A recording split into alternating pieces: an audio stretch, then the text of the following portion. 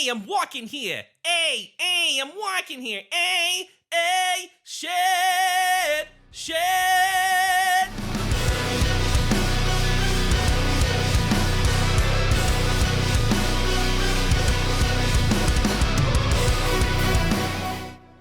What's up, everybody?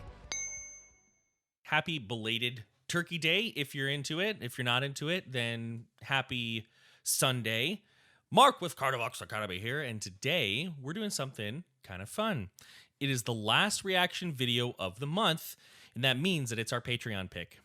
Yes, every month our patrons get to pick a video for me to react to, for me to break down, and oftentimes they like to throw me for a loop. Today is not so bad. Today's not so bad.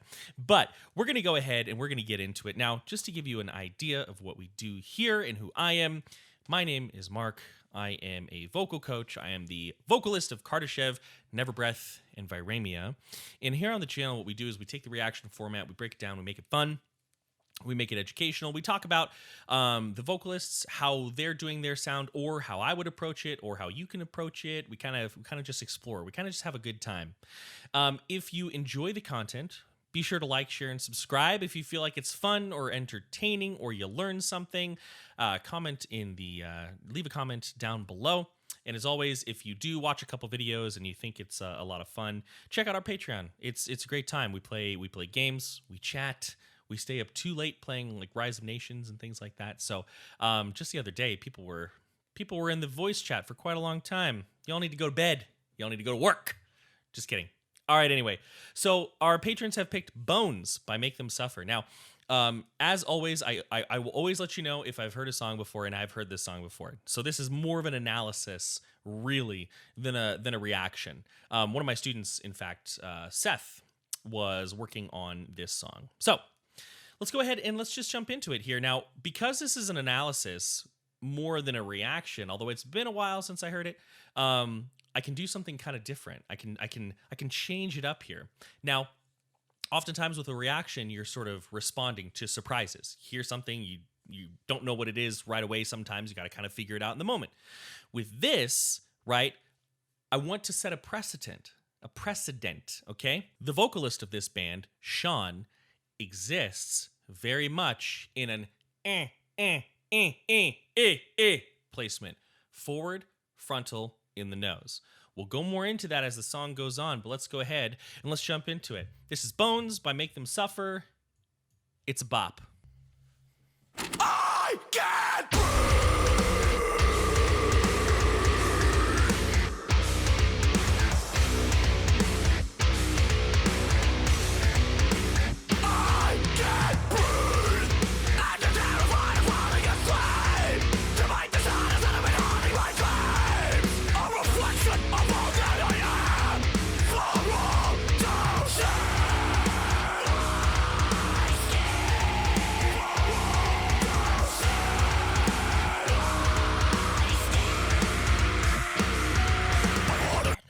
That's a good place to do our first stop. So we're going to talk about that opening scream, right?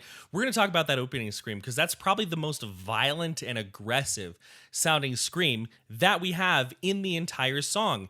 And a lot of people, some of my previous students included, and current students, have come in trying to do more of that like hardcore, just basic yelling, really, right? And they say, yo, this really hurts. So the trick with this is that we need to make sure we are treating our bodies like a neutral tube for sound to move through. One analogy I use with a lot of my students is like those old bike horns. Remember those bike horns that we had on our bikes as kids? I mean, I'm sure they still have them now. Our parents had them. It's basically just the horn here. You squeeze the bass, and it creates that. Well, with us, we're kind of built the same way. We can squeeze our stomachs, right? And we can create this sound and make it come out.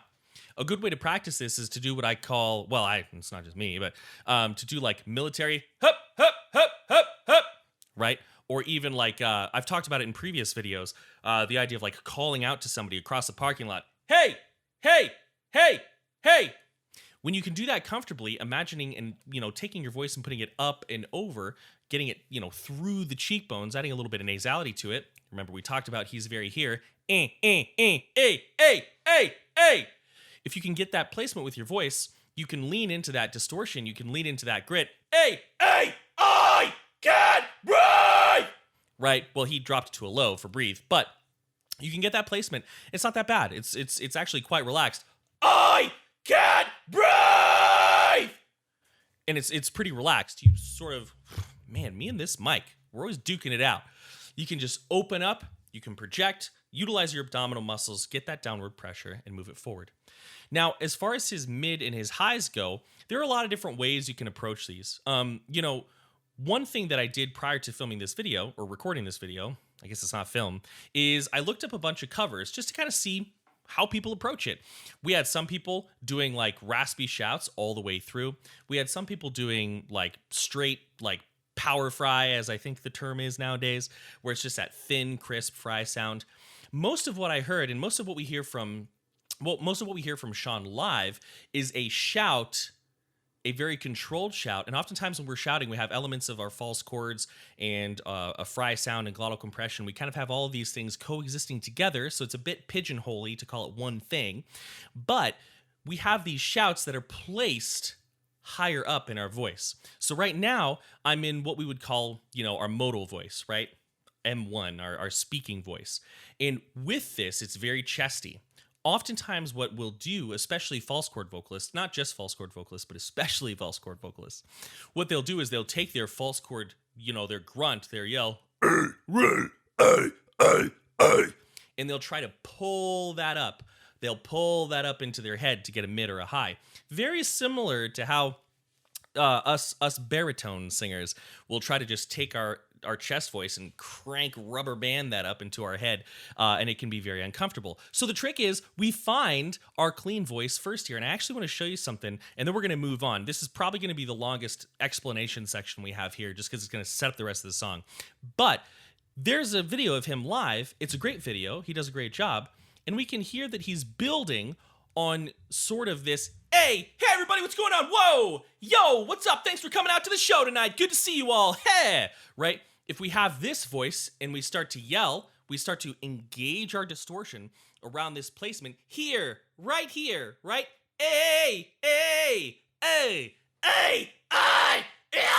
yeah, I'm terrified of falling asleep, right? We start to get a sound very, very similar. So let's go ahead and you can hear him kind of bounce back and forth between this like sort of hype man voice and this distortion. So let's go ahead and listen to it. Hopefully the levels are okay.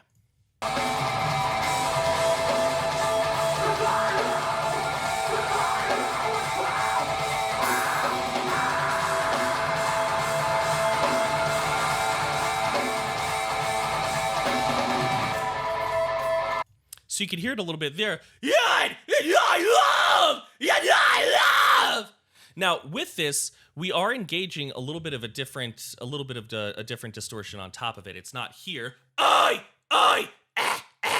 It's got a little bit of what our false chordy sound can be. Again, run it with fry if you want. It doesn't really matter to me. But and I'm terrified of falling asleep. We can get a sound very, very similar. Let's go ahead and keep going. His balance is much more distortion, much tighter distortion. But let's go ahead and let's keep going here because he's going to have some cool mids and lows coming up.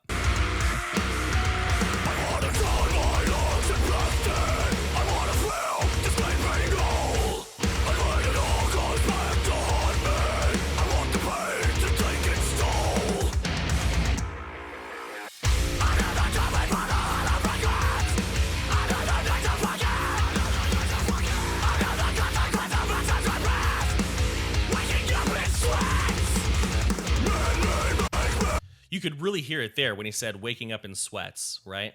He switched the balance. And that's a lot of thing. That's a big thing. Sometimes when we hear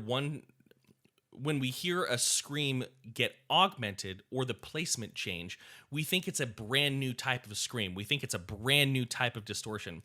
Quite often, this is just not the case. It can be, right? But listen to the distortion here in his more distorted section, and then he'll do this sort of like hype man shout, and you'll hear that the distortion generation sounds pretty much the same, but it's the way that he's voicing it that's different. So let's go ahead back to here.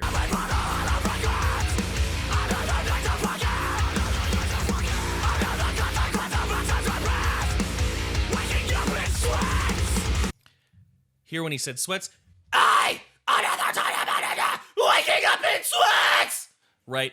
You basically are just adding a little bit of voicing underneath, and because you have all of your distortion placed above your vocal folds, giving it a little bit of that is all right. In fact, sometimes if we take these screams and we pull them back, we hear that we almost have a very relaxed, for kind of like sort of like a little relaxed falsetto underneath.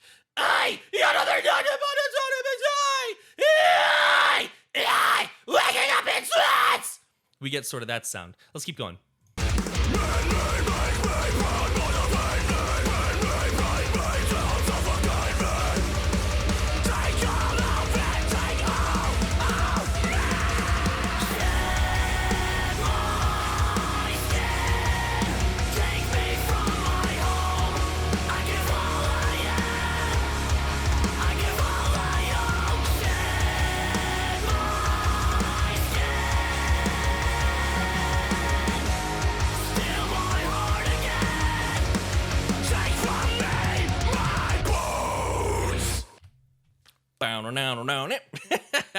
Anyways, all right. So this is a really important thing, especially for my fellow baritone singers. Right now, he's singing in a very bright, a very mixy, a very poppy voice. And when I say bright, I'm talking about the timbre. It's the difference between being here, hey, hey, hey, hey, hey, hey, hey, getting a little twang on there. Now it's not quite like that. It's up here in the front. Remember how I said much of how he exists is here. A. Now, he definitely, I mean, I don't know for sure, but I wouldn't be surprised if he was a tenor, right? But he is bright and forward. I think, would that be where he is?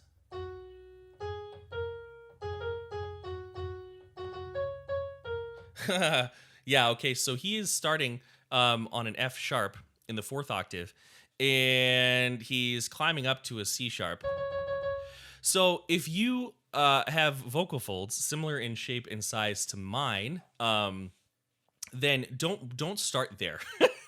You're gonna crank, you're gonna pull up, you're going to take your chest and you're gonna get that telltale shed my skin, like that strained sound. Start first and foremost. You can actually start getting comfortable down here in the 3rd octave. Shed my skin, take me from this place. I give all I am. Something like that, right? And then when you feel comfortable in your chest voice, shed my skin, right? Get that nasality, get that One thing I like to do when I'm gonna go for higher notes, and I don't sing as high as he does very often, but when I do, I like to start here, and I like to imagine that I'm the worst, cringiest, most stereotypical New Yorker accent ever. Like, pro tip here, as if your exercise is cringy, you're probably doing it right. Okay, so for example, hey, I'm walking here. Hey, I'm walking here. Hey, shit. And it can help us get to that note.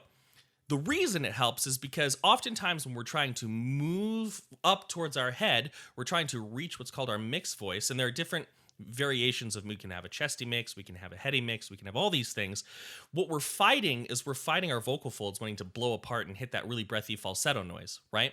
Which sometimes is great. I mean, Leprous, one of my favorite bands ever, Einar, that singer, he has a lot of breathiness in his head voice. You know, he goes full on falsetto and it sounds wonderful. But with this genre of music, very often that's not the case. So what you can do is you can take this nasality, because it can help you keep those vocal folds together. And mind you, we're never fighting to keep the vocal folds together. Oftentimes people, we have to squeeze the vocal folds together, but that's not the case. Another little thing you can do to get just to prove to yourself that you can make these noises without squeezing your vocal folds together over hard is you can do a little bit of a sigh here. vocal folds together. Then start in your head voice. Ah, ah, ah. My vocal folds, well, with the exception of the very top there, ah. My vocal folds stayed together the whole time, and yours can too. So let's go ahead and keep going. If you're gonna approach these high notes, if you're a tenor, go for it. Feel free. If you're a baritone, ease into it. Use some nasality to help you find that placement. Pull back the lips. Expose the teeth. It'll brighten you up. Let's listen to that chorus one more time because it's just good.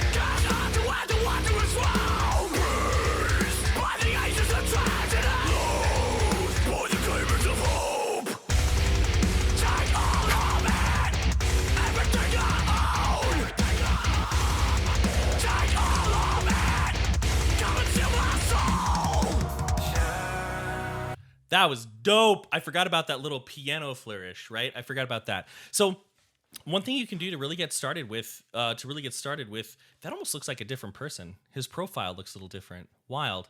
I can't really put a finger on it. I know that recently he started doing cleans. Well, recently he started doing cleans and uncleans, harsh and clean vocals. I don't know. Anyway, one thing you can do to get started with this, honestly, it's a quintessential exercise. It's been around since forever. When I was 20 years old, 21. When I was 21, that's kind of when I started taking this seriously. Trying to learn these metal vocals. I really started with this dog bark sound. We've all done it. We've all heard it. Oh, oh, yo, oh, oh, oh, oh, oh, oh. That's a good way to get started with just projecting distortion, right? May not be the exact distortion you want. It may not be the exact sound you want, but you can get used to taking this feeling and moving it here. Hey, hey, yo, oh, oh, oh, oh, yo, oh, oh, words, you know, and then the way that we articulate that sound has a big impact on it as well. Hey, drink me, break me, motivate me. Right? It gives it that kind of like punchy vibe. Let's keep going.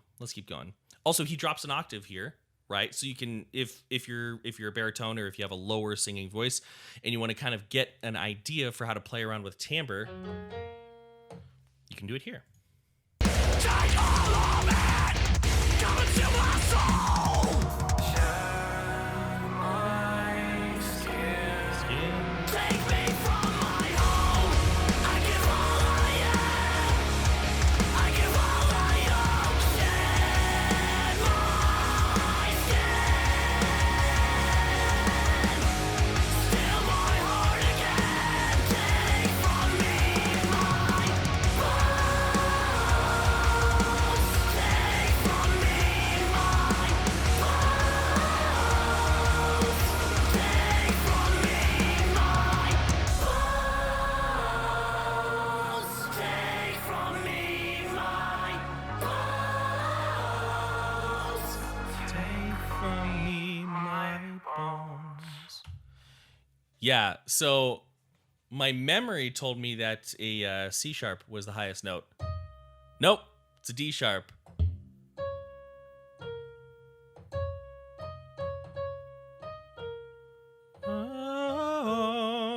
Bones. Yes, I know I'm an octave below.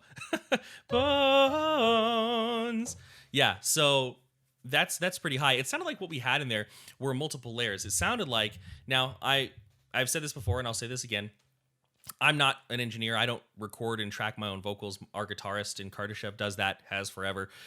So if you're more of a producer or engineer, you can weigh in, and you can weigh in on anything you want. But here you might have some expert knowledge. To me, I heard a layer of just cleans, like just pure, nice, clean tone. Then I heard a layer of cleans with a little bit of rasp. Behind that, I heard a layer of just like high grit. and then sort of a mid behind there. So I heard 4, maybe 3, but what to me sounded like 4 vocal layers. Anyway, so Make Them Suffer, Bones, really freaking cool song. And anytime we have these like belted mids, there are so many ways to approach them. So if you're trying to do this type of stuff, I would say follow what feels natural, follow what feels comfortable for you, and really focus on placement. Really focus on being able to move through your registers first before you just hammer on that distortion. Right now, I can't control you. I can't make you do that, but that is my advice, and I think you should take it. Beyond that, any other takeaways? Yeah, practice being here. Practice being in the front. Now, when I'm doing that, I'm not just making an A sound. I'm thinking about moving my voice forward to buzz my hard palate, my nose. Some people feel this less than others, but like having this buzz in the front, it